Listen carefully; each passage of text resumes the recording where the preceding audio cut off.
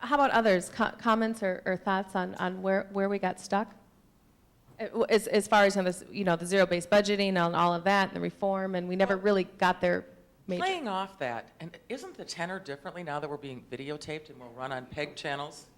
No four-letter words. I shouldn't have said that. It's a little too serious because we know we're on television here. Anyway. We're just getting warmed up, Sarah. I've been searching my brain for the last week to find a better metaphor. The governor's a lame duck. What's he going to do the next 18 months?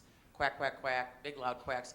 I think the most exciting thing that's going to happen, and I've not personally talked to the governor, but I think this is exactly where he's going to go.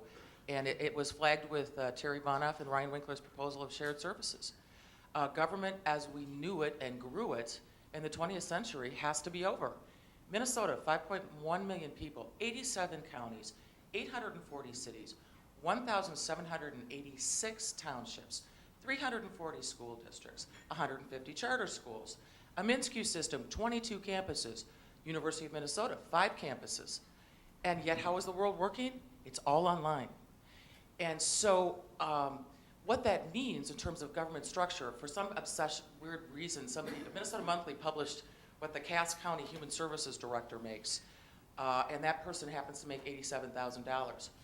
And that person, and as do most of the human services directors, if not into 6 figures, 87 times replicate that with 87 bureaucracies to deliver human services. And oh, by the way, Cass County only has 27,000 people as of the last census. So we have a structural system that's based on a model where you had to drive a horse and buggy to do your government business that simply is unworkable. I hate using this word, unsustainable in the modern world. And where the governor takes all that, I don't know. You listened to Senator Bonoff with the proposal that she had for shared services. They made it off the Senate floor, didn't get anywhere in the House. So, these could be really exciting, fundamentally interesting times if people have the guts to do it, but it's tough. Just to pick up on that, I actually think that the governor's moves are going to be things that raise his profile on a national platform. And I'm not saying that as cynically as it sounds. I actually think that he's going to whack state government employees really, really hard. I think that is one of those places where people are overhead, and he's going to go with the business mantra in this day and age. And I think that is going to be one of the surprises of the next couple weeks, is just the depth at which he does that. But as far as the fundamental change, structurally, we've been talking about a structural problem in our budget for 4 to 6 years. Whether it was Republicans in control of the House, the common theme has been there for a while. And so whether or not we change the infrastructure of the state and the legacy of the state, or we look at a different way of budgeting, as Greg says, it's got to be something bold and it's got to be something big, and it has to happen quickly. And we're probably now off 2 years to the next budget, but I think that's what Minnesotans are looking for. I have no doubt that was, anytime a media guy would get to write a headline that said no special session, no government shutdown, they're going to gloat till the cows come home, and that's fine. But the idea that we still have pushed off this problem, as Lori says, is one of the things that's going to nag, A, at Minnesotans, B, at legislators, and C, at citizens for the foreseeable future.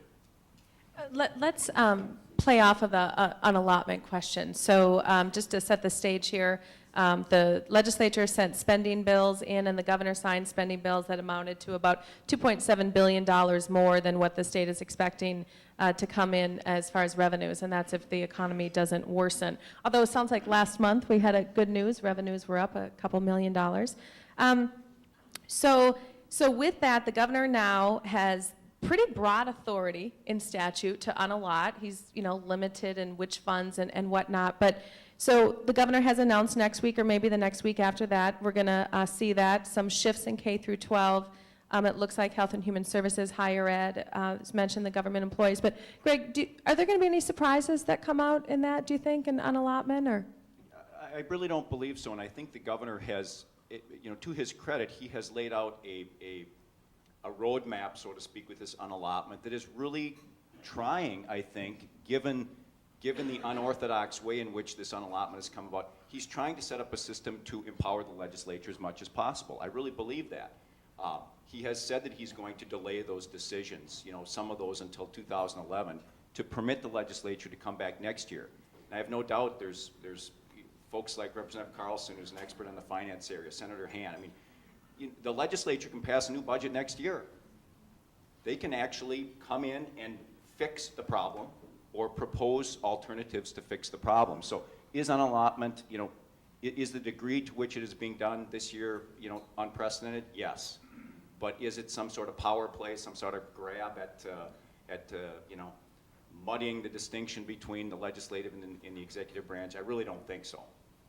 Lori, what do you think might be the outcome of this? I mean, we've already heard some folks talk about potential lawsuits depending on who's affected by this and questioning whether or not this was really the intent of unallotment. What do you think the fallout will be of this? I'll be surprised if there is not a lawsuit, because the amount of money that's at stake is really large, and in fact, this is unprecedented, this particular use of unallotment, which is a statute that's been on the books for about 35 or 40 years and has been used, I think this will be the 6th time, but it's always been used before in the middle of a budget period to correct a relatively small problem, but correct it by executive order.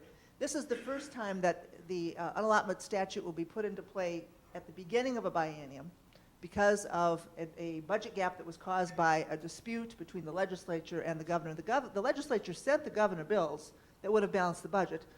The tax bill was vetoed, and that tax bill also included a school age shift that would have been part of that solution at the end as well. So we have this unprecedented situation that I think will inspire someone to proceed with a lawsuit. Not clear to me whether that will succeed because the statute is pretty broad. There will be calls for changing the unallotment statute, and that probably won't happen until we have a new governor, if then. Governors don't like to give up power. So I do look, though, for the impetus for reform to shift from the state house to the local level, especially to those city halls and county courthouses where unallotment is going to put a real squeeze on things in the next year and a half.